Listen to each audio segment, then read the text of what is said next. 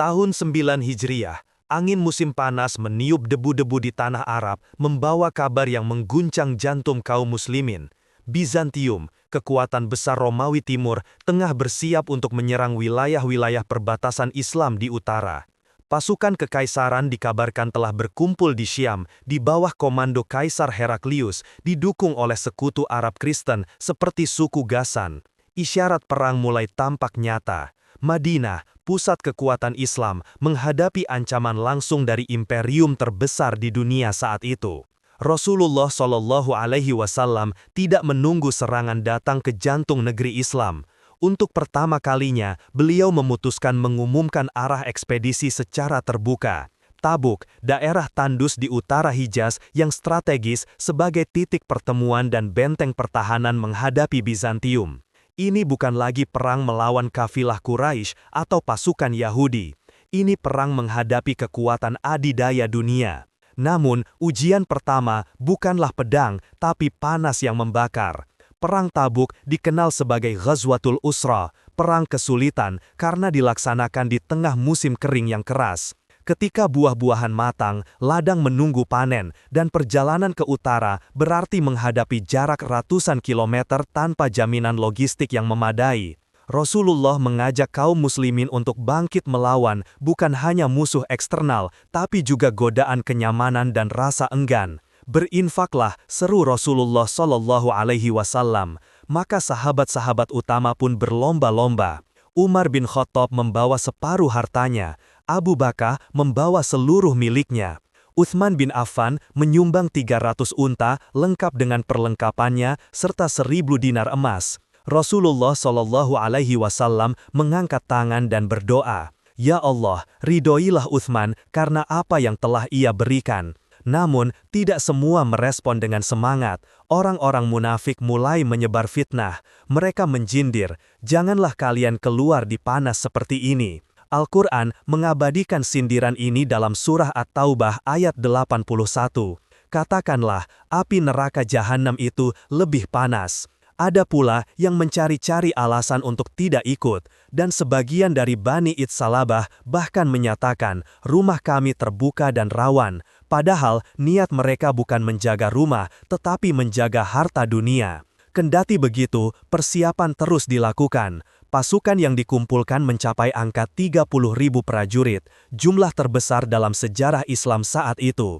Di tengah keterbatasan, kaum muslimin tetap berangkat, meski sebagian tidak memiliki kendaraan dan harus bergantian menunggang unta. Di antara mereka adalah sekelompok sahabat yang disebut oleh Al-Quran sebagai Baku Aina, yang menangis karena tidak memiliki kendaraan dan tidak mampu membeli perlengkapan perang. Mereka datang kepada Rasulullah memohon agar diikut sertakan. Namun, ketika Nabi menjawab, "Aku tidak punya kendaraan untuk kalian," mereka berpaling sambil menangis. Allah mengabadikan ketulusan mereka dalam surah At-Taubah ayat 92. Sementara itu, kaum munafik membangun sebuah masjid palsu bernama Masjid Zirar dengan maksud sebagai markas fitnah dan propaganda anti-perang. Mereka meminta Rasulullah untuk sholat di sana sebagai bentuk pengesahan, tapi Allah menurunkan wahyu yang membongkar niat busuk mereka. Dan masjid itu pun dihancurkan sebelum keberangkatan ke Tabuk. Dengan semangat penuh keimanan, pasukan Rasulullah Shallallahu Alaihi Wasallam mulai bergerak ke utara, bukan untuk merampas kekayaan atau memperluas kekuasaan, tapi untuk menjaga eksistensi Islam dan menegakkan kebenaran di hadapan ancaman nyata. Perjalanan ke Tabuk adalah pelajaran tentang keteguhan, pengorbanan, dan keimanan yang diuji di tengah kesulitan. Dan ini awal dari salah satu ekspedisi militer terpenting dalam sejarah Islam. Sebuah perang yang tak hanya menghadapi senjata, tapi juga panas, kelaparan, dan godaan hati. Pasukan muslimin bergerak perlahan menyusuri padang pasir yang memantulkan panas matahari. Jumlah mereka sekitar 30.000 orang, namun semangat yang mereka bawa seolah mampu mengisi dunia. Di hadapan mereka terbentang medan gersang sejauh 700 km dari Madinah menuju Tabuk, tanah tandus tanpa jaminan air, tempat istirahat, atau hasil bumi. Di tengah kesulitan itu, semangat jihad dan takwa menjadi bekal utama. Rasulullah tidak hanya menjadi pemimpin militer, tapi juga penghibur jiwa dan penguat hati. Setiap langkah pasukan ini adalah bukti cinta mereka kepada Allah dan Rasul-Nya. Mereka tahu peperangan ini bukan sekedar urusan dunia. Ini adalah pembuktian iman, sebuah perlawanan spiritual terhadap rasa malas, panas, dan nafsu untuk menetap dalam kenyamanan. Namun, kesulitan segera merayap. Banyak sahabat harus berbagi unta. 3-4 orang bergantian naik satu hewan. Air sangat terbatas, hingga ada yang hanya cukup membasuh mulut untuk wudhu. Di satu malam, mereka mendapati bahwa persediaan air telah hampir habis. Mereka mengadu kepada Rasulullah dan beliau mengangkat tangannya berdoa kepada Allah. Maka, awan datang membawa hujan, menyirami pasukan dan mengisi kantung-kantung air mereka. Doa Nabi menjadi payung di padang kekeringan. Ketika sampai di Wadi Al-Aqabah, Nabi mengisyaratkan kepada beberapa sahabat agar memperketat penjagaan. Ternyata, malam itu, sekelompok munafik mencoba mencelakai beliau. Mereka menyelinap dengan maksud menakut-nakuti unta Nabi, hingga beliau terjatuh dari tebing curam. Namun, Allah melindungi utusannya. Beberapa sahabat segera menghalau mereka, dan niat jahat itu gagal. Nama-nama pelaku disampaikan Nabi kepada Hudzaifah bin Yaman, yang kemudian dikenal sebagai pemegang rahasia Rasulullah. Di sepanjang perjalanan, semangat tetap diuji. Sebagian orang yang sebelumnya ikut mulai mengeluh. Ada yang pura-pura sakit, ada yang berbisik di antara mereka. Apa gunanya keluar sejauh ini jika musuh tidak tampak? Tapi Rasulullah tetap melangkah, dan para sahabat seperti Abu Bakar, Umar, Uthman, dan Ali terus berada di sisinya menjaga barisan agar tidak goyah. Sementara itu, beberapa orang yang berniat jujur tetapi tertinggal, seperti Ka'bah bin Malik, masih berada di Madinah. Mereka terlalu lama menunda persiapan hingga kafilah perang telah bergerak. Ka'ab adalah penyair terkenal dan sahabat Nabi yang setia, tapi dalam ujian ini ia kalah oleh kelengahan. Dia menatap langit Madinah, menyesali keterlambatannya, dan tak tahu bahwa kisahnya kelak akan menjadi pelajaran agung dalam taubat dan kejujuran. Akhirnya, setelah lebih dari 20 hari perjalanan, pasukan Islam tiba di Tabuk. Tidak ada tentara Romawi, tidak ada barisan Ghassan. Semua yang ditakuti ternyata hanyalah isu dan propaganda. Heraklius rupanya mengubah strategi, tak ingin menghadapi kaum muslimin secara langsung di medan yang jauh dari pusat kekuatan mereka. Para sekutu Arab pun menghindar, tak berani bertempur dengan pasukan yang terbukti tangguh dan bermoral tinggi. Namun, Rasulullah tidak menganggap perjalanan ini sia-sia. Justru, di Tabuklah terjadi banyak perjanjian damai dan aliansi strategis. Beberapa kepala suku Arab Kristen seperti Yohana bin Rohbah, penguasa Ailah, sekarang Akabah, datang menemui Nabi dan menawarkan kerjasama. Mereka membayar jizyah sebagai bentuk perjanjian perlindungan dan tetap diperbolehkan menjalankan agama mereka. Islam tidak memaksa, tapi menunjukkan kekuatan melalui akhlak dan keadilan. Perjalanan ke Tabuk tidak melahirkan perang berdarah, tapi itulah kemenangan sejati. Kemenangan atas rasa takut, kemenangan atas kemalasan, kemenangan atas bisikan munafik, dan kemenangan diplomasi yang membuka jalan Islam ke jantung Syam. Tabuk adalah bukti bahwa tidak semua perang harus diwarnai darah. Kadang, yang dibutuhkan adalah kesabaran, keteguhan, dan keberanian untuk hadir di medan ujian, bahkan ketika musuh tak muncul. Setibanya di Tabuk, Rasulullah memimpin pasukan muslimin membangun perkemahan. Mereka mendirikan tenda-tenda di atas tanah yang keras dan berbatu, membentuk barisan yang rapi, dan bersiap siaga menghadapi segala kemungkinan. Namun, hari demi hari berlalu, dan tanda-tanda kedatangan pasukan Bizantium tidak juga tampak. Apa yang semula diduga sebagai pertempuran besar, justru berubah menjadi momentum diplomasi yang menentukan arah geopolitik wilayah utara Hijaz. Keputusan Nabi untuk tidak kembali begitu saja merupakan strategi jenius. Beliau menetap di Tabuk selama hampir 20 hari, sebuah waktu yang cukup lama untuk menunjukkan kehadiran kekuatan Islam kepada suku-suku Arab dan bangsa-bangsa di sekitarnya. Kehadiran pasukan Islam yang besar, tertib dan disiplin membuat para penguasa lokal terkesan dan berhitung ulang. Mereka sadar bahwa Madilah bukan lagi sebuah kota kecil, tetapi telah menjelma menjadi pusat kekuatan yang tak bisa diabaikan. Salah satu perjanjian paling penting terjadi dengan Yohana bin Rohbah, penguasa Ailah, sekarang wilayah Akabah, Yordania. Ia datang sendiri menghadap Rasulullah dengan sikap damai. Ia menerima perjanjian damai dan bersedia membayar jizyah, sebuah bentuk kontribusi keuangan sebagai ganti dari perlindungan militer yang diberikan oleh kaum muslimin. Sebagai imbalannya, umat Kristen di wilayahnya diperbolehkan menjalankan agama mereka tanpa gangguan. Perjanjian ini tidak hanya menunjukkan toleransi Islam, tetapi juga kepercayaan yang dibangun atas dasar keadilan dan keamanan. Selain Ailah, beberapa wilayah lain seperti Jarba, Adruh, dan Ma'an, yang merupakan jalur perdagangan penting menuju Syam, juga mengadakan perjanjian serupa. Penguasa mereka, baik karena keinginan damai maupun ketakutan terhadap kekuatan pasukan Islam, menyatakan kesetiaan mereka kepada Rasulullah. Dengan cara ini, ekspedisi militer ke Tabuk berubah menjadi kampanye diplomatik yang menyebarkan pengaruh Islam jauh melampaui medan perang. Apa yang membuat para pemimpin ini mau tunduk, bukan hanya jumlah pasukan, tapi karakter Rasulullah yang dikenal adil, tidak semena-mena dan memegang janji. Mereka tahu bahwa dalam perjanjian dengan beliau, tidak akan ada pengkhianatan, pemaksaan, atau penindasan terhadap hak beragama. Ini menjadi daya tarik utama dari kekuatan Islam, kekuatan moral bukan hanya militer. Namun, tidak semua pihak bersikap ramah. Sebagian suku Arab yang menjadi sekutu Romawi, memilih menjauh atau diam menunggu arah angin politik. Mereka tidak berani terang-terangan menantang, tapi juga tidak segera menyatakan setiaan. Rasulullah tidak memaksa. Beliau hanya mencatat sikap mereka, dan menyerahkannya kepada waktu. Sebab, waktu akan membuktikan siapa kawan dan siapa lawan. Sementara itu, Rasulullah juga mengatur strategi masa depan.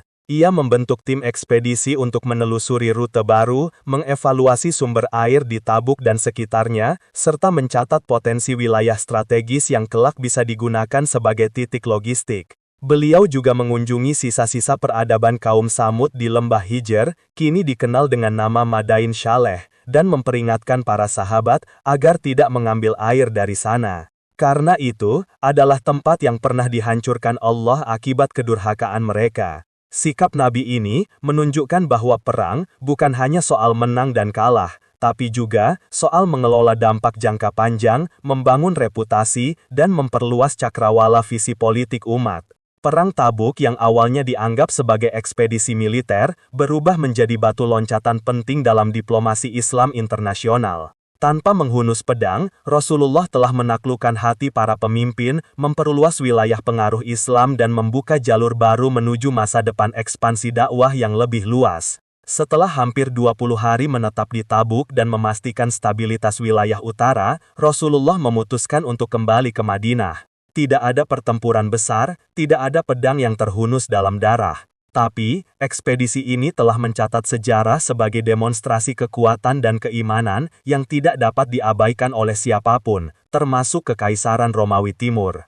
Sepanjang perjalanan pulang, semangat pasukan tetap terjaga. Namun, di Madinah suasana berbeda. Ketika mereka mendekati kota, orang-orang yang sebelumnya menolak ikut serta, khususnya kaum munafik mulai merasa gelisah. Mereka sadar, Rasulullah akan menanyakan absennya mereka dalam perang yang besar ini. Maka, mereka mulai menyusun alasan, membangun kebohongan, dan berusaha menutupi kemalasan mereka dengan dalih-dalih duniawi. Ketika pasukan sampai di Madinah, kaum muslimin menyambut dengan gembira. Rasulullah disambut dengan takbir dan air mata cinta. Namun, beliau tidak langsung masuk rumah. Seperti biasa, beliau pertama kali menuju masjid sholat 2 rakaat dan kemudian menerima orang-orang yang datang menjelaskan alasan ketidakhadiran mereka dalam ekspedisi. Satu persatu orang-orang munafik datang memberikan alasan palsu. Ada yang mengaku sakit, ada yang berkata keluarganya dalam bahaya, ada pula yang menyatakan tidak punya kendaraan.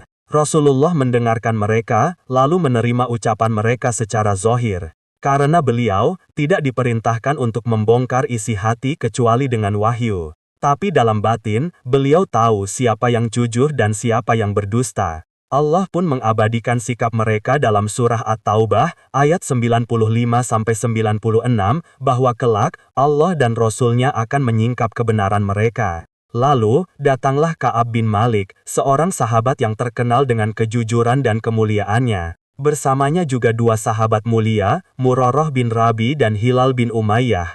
Mereka bertiga benar-benar tertinggal dari perang, bukan karena kemunafikan, tapi karena kelengahan, kemalasan, dan penundaan. Ka'ab mengakui kesalahannya dengan jujur di hadapan Nabi, atau ia berkata, "Wahai Rasulullah, andai aku duduk di hadapan orang lain di dunia ini, pasti aku bisa keluar dari murkanya dengan alasan. Tapi aku tahu, jika aku berdusta kepadamu hari ini, Allah akan murka padaku. Demi Allah, aku tidak punya alasan. Aku sehat, kuat, dan mampu ikut, tapi aku menunda-nunda hingga pasukan telah berangkat." Rasulullah menunduk lalu berkata, "Adapun orang ini," maka ia berkata, "Jujur, bangkitlah dan tunggulah keputusan Allah." Bersama dua sahabat lainnya, Ka'ab bin Malik dijauhi oleh seluruh kaum muslimin selama 50 hari. Tidak ada yang menyapa mereka, tidak ada salam, tidak ada interaksi. Ka'ab berjalan di pasar-pasar dengan dada sesak. Ia mendengar bisikan kaum munafik yang menertawakannya. Istrinya pun diperintahkan untuk menjauh darinya. Ia hidup dalam pengasingan sosial yang sangat menyakitkan hanya karena jujur dan tidak ikut perang. Namun di tengah keterasingan itu, Ka'ab tetap sabar. Ia tidak membela diri, ia tidak membuat narasi baru untuk membenarkan dirinya. Ia hanya menangis dan terus memohon ampun kepada Allah. Hingga pada malam ke-50 setelah Ka'ab naik ke atap rumahnya, ia mendengar suara dari Masjid Nabawi. "Wahai Ka'ab bin Malik, bergembiralah. Langit Madinah bersinar oleh wahyu. Allah telah menerima taubat mereka bertiga." Surah At-Taubah ayat 108 turun. Dan terhadap 3 orang yang ditangguhkan, penerimaan taubatnya hingga bumi yang luas terasa sempit bagi mereka. Dan mereka menyadari bahwa tidak ada tempat lari dari Allah kecuali kepadanya. Maka Allah menerima taubat agar mereka tetap dalam taubatnya. Sesungguhnya Allah Maha Penerima Taubat lagi Maha Penyayang. Ka'ab sujud syukur, air matanya jatuh tak tertahankan. Ia segera menemui Rasulullah yang menyambutnya dengan wajah bersinar dan berkata, "Bergembiralah wahai Ka'ab, hari ini adalah hari terbaik dalam hidupmu sejak engkau dilahirkan oleh ibumu." Dengan suara gemetar, Ka'ab berkata, "Wahai Rasulullah, bagian dari taubatku adalah aku tak akan pernah berkata kecuali yang jujur." Dan Ka'ab menepati janjinya sepanjang hidup. Perang Tabuk adalah perang tanpa peperangan. Tidak ada pedang yang berbenturan, tidak ada darah yang tumpah, dan tidak ada kota yang dijarah. Namun justru disitulah letak kemegahan kemenangan Islam. Karena perang ini membuktikan bahwa keimanan, keteguhan, dan kepemimpinan Rasulullah mampu mengalahkan pasukan tanpa harus bertempur. Satu pelajaran besar dari Tabuk adalah bagaimana perang bisa menjadi ujian akidah. Allah tidak menguji kaum muslimin dengan luka di medan tempur kali ini, tapi dengan panas, jarak, kelaparan, dan kemunafikan. Banyak yang tergelincir bukan karena takut akan musuh, tetapi karena terlalu mencintai dunia. Disinilah Allah menyaring siapa yang benar-benar tulus dan siapa yang hanya menumpang dalam gelombang kemenangan. Tabuk juga menjadi pelajaran bahwa berjihad tidak selalu dengan pedang. Kadang berjihad adalah bangkit ketika malas datang. Kadang ia berarti berinfak ketika harta terasa sayang. Kadang ia adalah kejujuran dalam kesalahan seperti yang dilakukan Ka'ab bin Malik dan dua sahabatnya. Karena Allah lebih mencintai kejujuran yang terlambat daripada kebohongan yang disusun rapi. Di sisi lain, Rasulullah menunjukkan bahwa kekuatan Islam tidak dibangun di atas ketakutan dan pemaksaan, tapi pada konsistensi dan keadilan. Beliau bisa saja memaksa orang-orang untuk ikut, beliau bisa menghukum yang tidak taat, tapi beliau menyerahkan itu semua pada penilaian Allah dan cukup memberi mereka waktu untuk memperbaiki diri. Inilah kekuatan rohani yang membuat Islam berbeda dari kekaisaran dunia lainnya. Ketika Rasulullah kembali dari Tabuk, beliau tidak disambut sebagai penakluk tanah, tapi sebagai pembawa perubahan peradaban. Wilayah Syam mulai mengenal Islam sebagai kekuatan yang bermoral. Perjanjian damai yang dibuat di Tabuk membuka jalan bagi ekspansi Islam di masa Abu Bakar dan Umar yang kelak berhasil menaklukkan Damaskus, Homs, bahkan Yerusalem. Tak hanya itu, umat Islam mendapatkan pelajaran kepemimpinan. Rasulullah menghadapi ekspedisi ini dengan transparansi, mengumumkan arah perang sejak awal. Ini berbeda dengan strategi sebelumnya yang diselimuti kerahasiaan. Kenapa? Karena ini bukan sekedar strategi militer, tapi juga strategi mental dan spiritual. Beliau ingin semua kaum muslimin tahu, ini saatnya menguji keimanan, bukan sekedar strategi kejutan. Dan ujian itu tidak hanya datang dari luar, tapi juga dari dalam. Kaum munafik seperti Abdullah bin Ubay dan pengikutnya berusaha menggoyahkan barisan. Mereka membangun masjid di Ar yang disebut dalam Al-Quran sebagai tempat makar. Tapi Allah membongkar niat mereka dan Rasulullah menghancurkan masjid itu dalam perjalanan pulang. Kemenangan sejati bukan hanya di medan, tapi juga dalam membersihkan barisan dari pengkhianat. Tabuk juga menjadi momen taubat kolektif umat. Surah At-Taubah diturunkan sebagian besar terkait dengan peristiwa ini. Isinya keras, tegas, namun mendidik. Allah mengungkap munafik, memuji para sahabat yang berinfak, dan menerima taubat orang-orang jujur. Surah ini menjadi pelajaran bagi generasi Islam sepanjang masa, bahwa agama ini tidak hanya dibangun dengan keberanian, tapi juga dengan kejujuran dan taubat. Dalam sejarah Islam, Tabuk adalah titik balik. Ia menegaskan bahwa Islam telah menjadi kekuatan regional yang diakui. Tidak ada pasukan Romawi yang berani menyerang setelahnya. Bahkan dalam banyak catatan, Heraklius tidak pernah lagi mengirim pasukan ke Hijaz seumur hidupnya. Islam yang dulunya hanya sebuah komunitas kecil di Mekah, kini berdiri sejajar dengan dua kekuatan besar dunia, Romawi dan Persia. Dan semua itu dicapai tanpa setetes darah pun ditumpahkan. Tabuk membuktikan bahwa kemenangan terbesar bukan selalu dari jumlah korban atau luas wilayah, tapi dari bagaimana umat ini mampu menjaga prinsipnya di tengah godaan dunia dan tekanan musuh. Meski tanpa pertempuran berdarah, Perang Tabuk meninggalkan dampak strategis yang sangat besar dalam sejarah dunia Islam.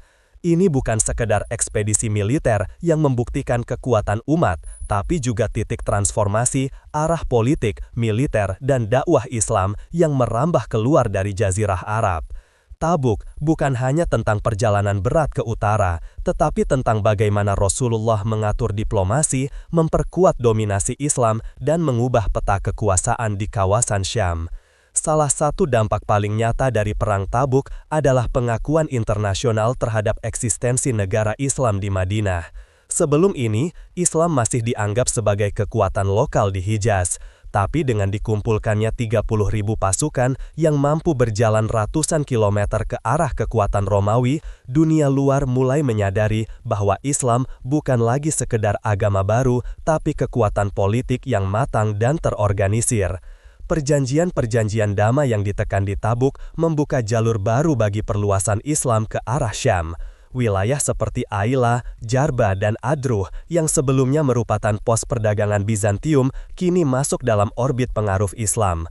Dengan menerima jizyah, wilayah-wilayah itu secara hukum menjadi wilayah damai Dar al-Ahad yang dilindungi oleh negara Islam dan tunduk pada aturannya, namun tetap bebas menjalankan keyakinan masing-masing.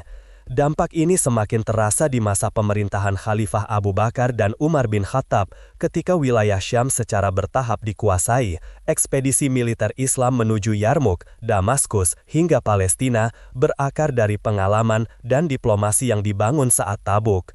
Maka meskipun Tabuk tidak mencatatkan pertempuran, ia menjadi landasan politik dan logistik bagi ekspansi Islam yang monumental di masa setelah wafatnya Rasulullah.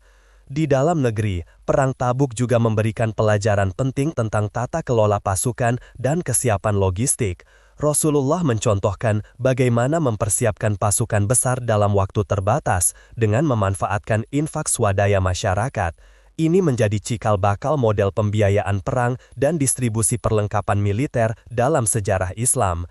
Ia juga menunjukkan pentingnya solidaritas umat, di mana orang kaya membantu yang miskin dan satu unta ditunggangi bergantian demi menyertakan sebanyak mungkin orang dalam jihad. Perang Tabuk pun memberikan pelajaran besar tentang pengawasan terhadap elemen munafik.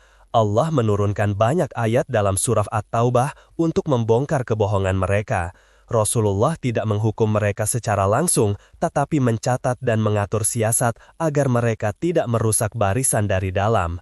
Maka Tabuk menjadi pelajaran tentang pentingnya kesatuan umat dari fitnah internal, bukan hanya serangan eksternal. Dari sisi dakwah, Tabuk menandai babak baru di mana Islam tidak hanya bertahan, tetapi mulai menyebar keluar Jazirah Arab. Perjanjian dengan suku-suku Arab Kristen yang sebelumnya berafiliasi dengan Bizantium menunjukkan bahwa dakwah Islam tidak mengenal batas ras atau kebangsaan. Islam datang bukan untuk menghancurkan budaya, tapi untuk memperbaiki moral dan keadilan. Inilah yang membuat banyak pemimpin lokal bersedia menerima Islam atau hidup berdamai dengannya. Tabuk juga mengajarkan bahwa kemenangan tidak harus melalui kekerasan. Kadang hanya dengan menunjukkan kesiapan, kedisiplinan, dan moral tinggi, musuh sudah merasa gentar. Tabuk menunjukkan bahwa kekuatan sejati bukan hanya di Jumlah pasukan, tapi di niat, keikhlasan, dan kesatuan hati. Rasulullah tidak menganggap ekspedisi ini gagal meskipun tidak terjadi perang. Sebaliknya, beliau menganggap ini sebagai ekspedisi kemenangan karena tujuan utama menyampaikan pesan Islam dan menunjukkan kekuatan umat telah tercapai dengan sempurna. Maka Tabuk bukan hanya bagian dari sejarah, tapi menjadi modal kepemimpinan strategis dalam Islam. Mengedepankan moralitas, merangkul diplomasi, mengelola logistik, dan menjaga kesatuan. Semua dilakukan oleh seorang nabi di tengah gurun pasir tanpa benteng atau istana. Tapi dari situlah dunia tahu bahwa kekuatan Islam tidak dibangun dengan kemegahan dunia, melainkan dengan iman, kejujuran, dan pengorbanan.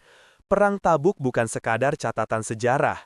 Ia adalah cermin besar tempat umat Islam dari generasi ke generasi bisa bercermin. Sejauh mana keimanan kita teruji, sejauh mana kita siap menjawab panggilan Allah dan Rasul-Nya di saat kesulitan datang menyapa.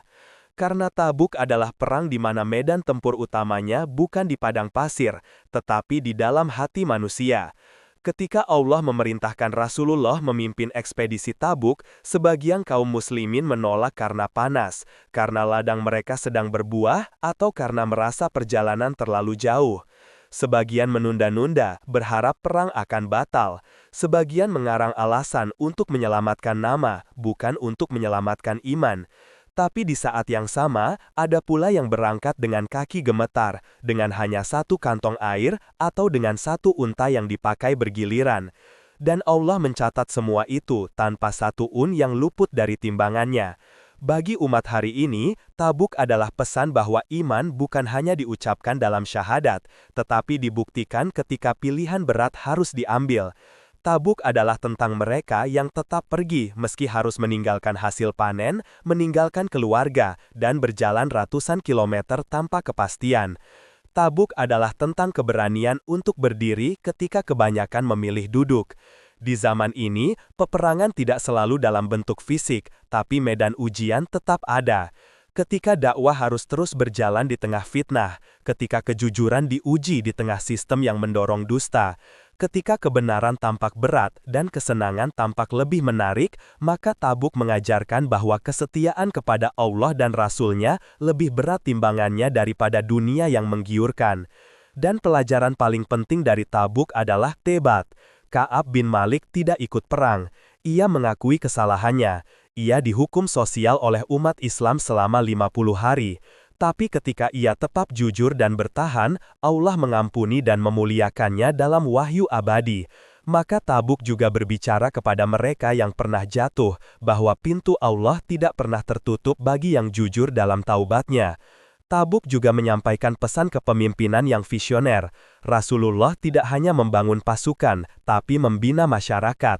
Ia tidak hanya memimpin strategi militer, tapi juga membersihkan hati umat dari pengaruh kaum munafik, memutus benih pengkhianatan, dan menegakkan sistem pemerintahan Islam yang adil. Pemimpin sejati bukan hanya mereka yang menang di medan perang, tapi yang mampu menjaga akhlak, keadilan dan keutuhan umat. Dari Tabuk pula kita belajar bahwa tidak semua kemenangan harus berdarah. Kadang hadir di medan adalah bentuk kemenangan tersendiri. Kadang menunjukkan kesiapan saja sudah cukup membuat musuh mundur. Inilah kekuatan rohani dalam Islam yang tak dimiliki kekuatan duniawi lainnya. Dan akhirnya, Tabuk adalah salah satu bentuk rahmat Nabi Muhammad kepada umatnya. Ia membimbing dengan kelembutan, memberi waktu kepada yang salah untuk bertobat, menolak kekerasan bila masih bisa berdamai, dan tidak mengambil keuntungan pribadi dari ekspedisi apapun. Ia tidak kembali dengan harta rampasan, tapi dengan kejayaan yang lebih luhur, kejayaan akhlak, kejayaan strategi, dan kejayaan keimanan. Kini, ratusan tahun setelah itu, Tabuk masih berdiri sebagai tanah saksi, bukan saksi pertempuran berdarah, tapi saksi tegaknya peradaban Islam di atas nilai-nilai luhur. Dan selamanya, kisah ini akan menjadi peringatan bagi setiap umat, bahwa jika Rasulullah memanggil, tak ada alasan yang pantas untuk tidak menjawab. Maka siapakah kita hari ini? Apakah kita akan menjadi seperti Abu Bakar dan Umar yang berangkat meski harus mengorbankan segalanya? Ataukah seperti orang-orang munafik yang berkata, jangan pergi di tengah panas, karena perang besar hari ini mungkin tak lagi di Tabuk, tapi peperangan terhadap dunia yang melemahkan iman, terhadap nafsu, yang menahan kita dari kebaikan, dan terhadap rasa takut untuk hidup dalam kebenaran itu, semua masih berlangsung di setiap hati, di setiap zaman.